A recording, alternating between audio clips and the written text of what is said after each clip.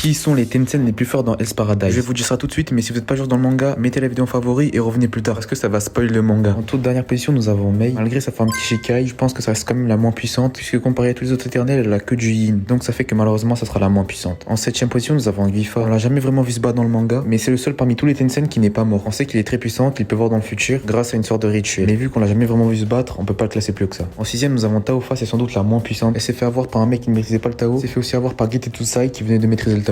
Donc elle a dû avoir sa forme Kishikai avec Jufa. Je la classe 6ème parce qu'au moins on l'a vu se battre. En 5ème position, nous avons Mudan. Je pense qu'il a uniquement perdu parce qu'il est trop sous-estimé ses adversaires. Donc il s'est facilement fait avoir par Sagiri et Shion en forme Kishikai. En 4ème position, nous avons Jufa. Je pense que la chose qui la nerve, c'est parce qu'il avait trop d'émotions pour un éternel. Il n'était pas à 100%, il s'est fait avoir par Jobei et Thomas parce qu'il voulait protéger Taofa. Malgré ça reste un monstre de puissance. En 3ème position, nous avons Ran, qui est sans doute le plus puissant des Tencent parce que Rien, forme finale, c'était plus un Tencent mais un Shinsen. En 2ème position, nous avons Zushin qui a fusionné avec Barco, donc qui est devenu un monstre de puissance. Et en première place, nous avons Rien qui est tout simplement la plus puissante.